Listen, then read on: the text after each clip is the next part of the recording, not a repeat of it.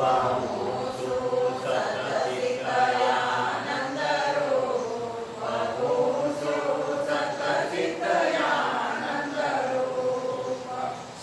परम पूज्य परम आदरणीय विश्व वंदनीय प्रतिक्षण स्मरणीय विवेक वैराग्य आदि सर्व शुभ गुण अलंकृत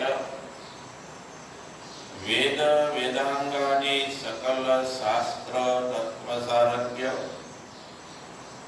अज्ञान अंधकार विनाशक जीव ईश्वर ऐक्य ज्ञान प्रकाशक भवदुख विनाशक मोक्ष प्रदायक भक्त उद्धारक ब्रह्मलीन सद्गुरु परमात्मान परम पवित्र चरण कमलों में कोटि कोटि वंदन।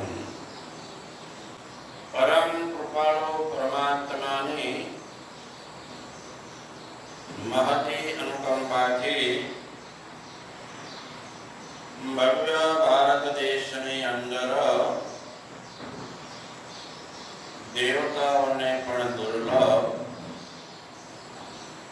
चिंतामणि स्वरूप मनुष्य देह आपने प्राप्त थयो। आ मनुष्य देहनी अंदर ब्रह्मने प्राप्ति करीने मनुष्य जन्म सफल करो के पछी कहीं प्राप्त करवानो बाकी न रहे। ब्रह्म लाभात् परो लाभः शास्त्रों कहते ब्रह्म थी बीजो कोई श्रेष्ठ लाभ छे नहीं। सर्वश्रेष्ठ लाभ ब्रह्म। तो ये ब्रह्म की प्राप्ति माटे शू करवू जोईए, शू साधनों छे के जेथी आपणे ब्रह्म ने प्राप्त करी सकीए। तो मणिरत्न माळानी अंदर आद्य जगतगुरु भगवान शंकराचार्य जी जगतना जीवोનું કલ્યાણ કરવા માટે चार साधनों बताए के हेतवो ब्रह्म गतिस्तु संति सत्संगतिर्दान्ते विचार दोष के हेतवो ब्रह्म गतिस्तु संति ब्रह्म ने प्राप्ति करवा माटे साधनों बतावे छे। प्रथम साधन कहते सत्संग,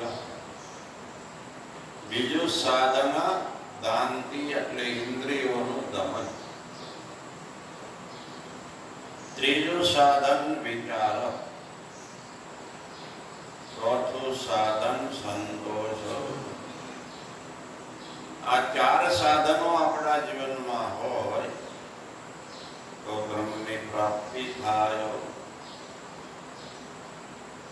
प्रथम साधन कहते सत्संग।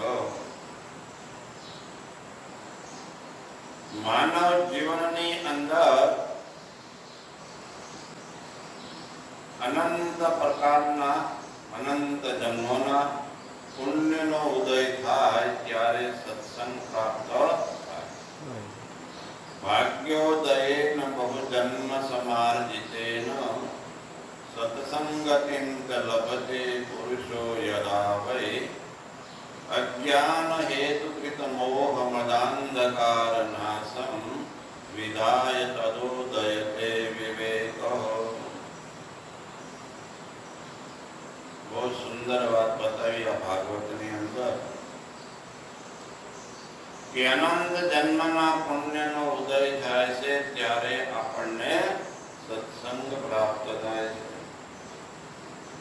અને એ સત્સંગને એકાગ્ર મનથી શ્રવણ કરીએ ત્યારે એ સત્સંગ આપણા જીવનની અંદર અનર્થ કરવા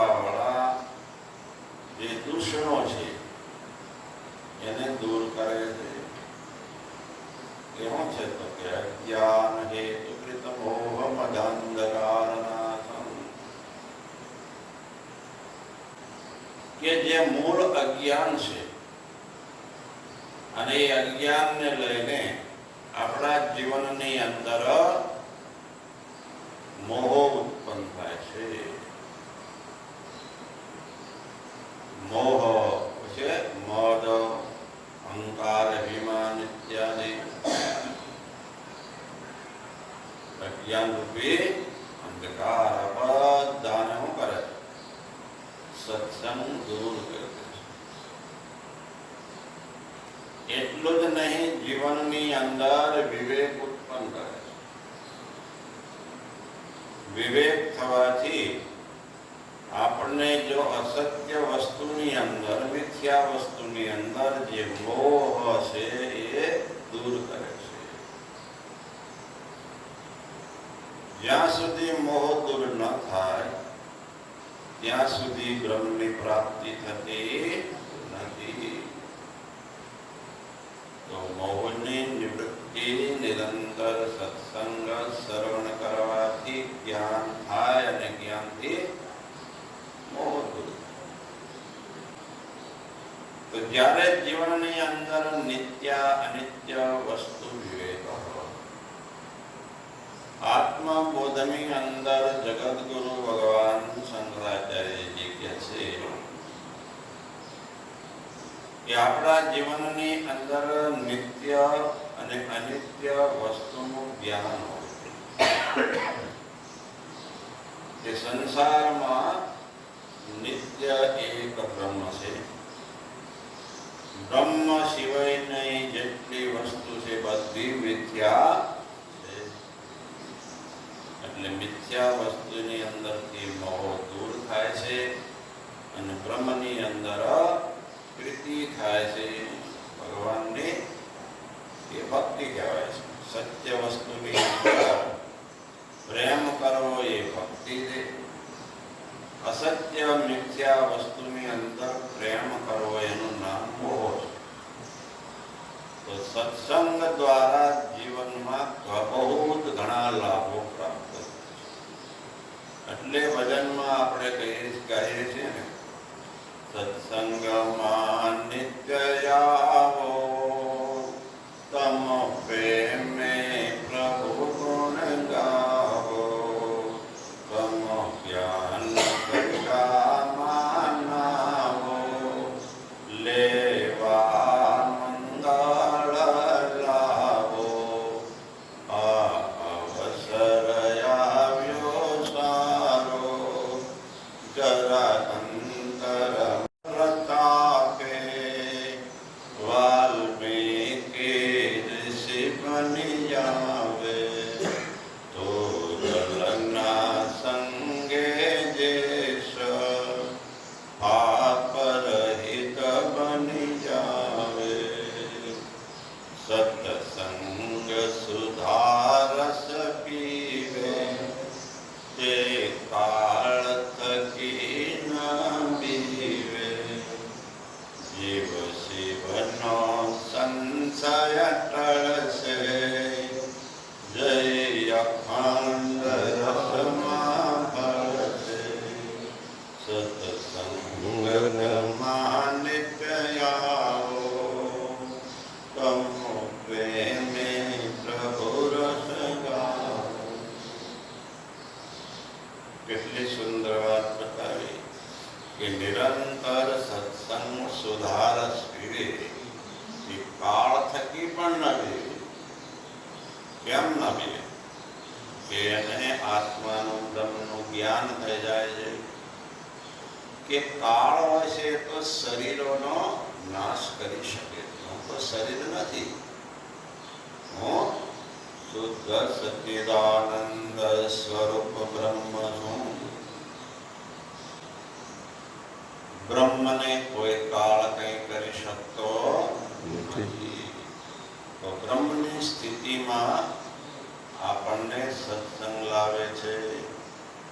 એટલે સત્સંગ છે સર્વશ્રેષ્ઠ માનવનું કલ્યાણ કરવા વાળો છે.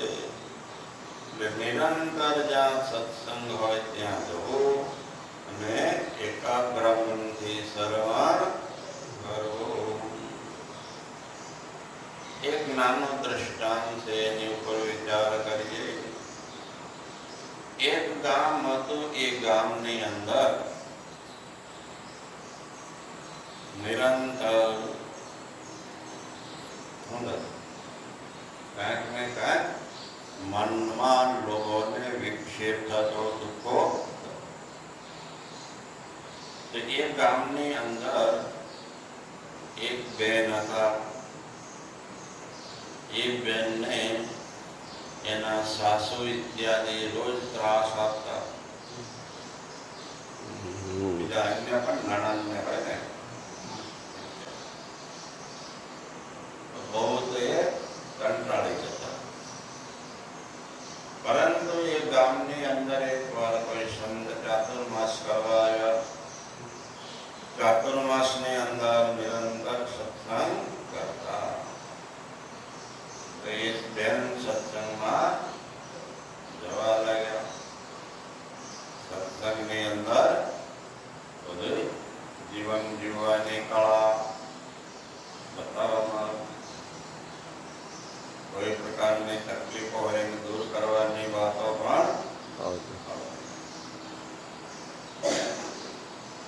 તો આ સત્સંગની અંદર એ શ્રવણ કરવા જતા. એટલે રોજ શ્રવણ કરીને જીવનમાં ઉતાર. તો સંતે સુંદર દ્રષ્ટાંત આપ્યું કે ગામની અંદર એક ખેતરની વાડ હતી. એ વાડની અંદર એક નોળિયો રહેતો અને એ વાડમાં સાપ પણ રહેતો હતો, થોડો દૂર. હવે બંને ભેગા થાય એટલે શું થાય? ઝઘડો થાય બાજવાને. એ લોકોને જન્મજાત એકાબીજીને વેર. નોળિયાને એમ થાય કે જો અસાવધાન રહીશ તો મારો શત્રુ સાપ મને મારી નાખે. સાપને એમ લાગ્યું કે હું પણ અસાવધાન રહીશ તો મારો શત્રુ નોળિયો મને મારી. એટલે બંને સજાગ રહેતા ઝઘડો કરતા.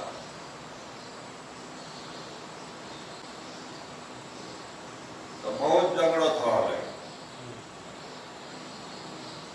ત્યારે નોળિયો કૂદીને સર્પને ભટકો ભર્યો. સર્પ ખીજાણો બરોબર. નોળિયાને જોરથી દંશ માર્યો. દંશ મારે એટલે શું થાય? સાપના મુખમાં જ્યાં હોય ને એ તરત નોળિયાની અંદર ગયું. તો ભગવાનને કૃપાથી અને કુદરતી જ્ઞાન હતું કે વાડની અંદર એક જડીબુટી હતી, વેલ હતી. એ વેલને સૂંઘે એટલે સાપનો ઝેર ઉતરી જાય. એટલે નોળિયો ત્યાંથી પાછો વળ્યો અને જ્યાં વેલ હતી ત્યાં ગયો અને સૂંઘી તો તરત ઝેર ઉતરી ગયું. તો દોડીને આવ્યો અને સાપને જોરથી ભટકો ભર્યો. જાણો ને ઘડો ઓલી બાજુ સાપે ખીજાણો એટલે એને ફરીને જોરથી શું કર્યું? દંશ માર્યો. આવી રીતે વારંવાર નોળિયો સર્પને બટકા ભરે અને સાપ નોળિયાને દંશ મારે. અને વારંવાર નોળિયો જેટલી વાર દંશ મારે એટલી વાર વાડમાં જઈને જડીબુટી સૂંઘી તેને ઝેર ઉતારી નાખે. વારંવાર બટકા ભરીને સાપના ટુકડા કરી નાખ્યા, મારી નાખ્યા. આ તો દૃષ્ટાંત છે. સિદ્ધાંતમાં એવી જ રીતે જગતમાં જેમ સાપ અને નોળિયો રહેશે એવી રીતે મનુષ્યમાં પણ જે આ છે ને જીવાત્મા ઇત્યાદિ એ કેવા છે? એકદમ નોળિયા સમાન છે. અને એના સગા સંબંધી હોય, એ શ્રાપ સમાન કંઈક પ્રવૃત્તિ થાય, નવી વહુ હોય, દૂર થાય તો શું કરે નણંદ સાસુ? કંઈ કરે?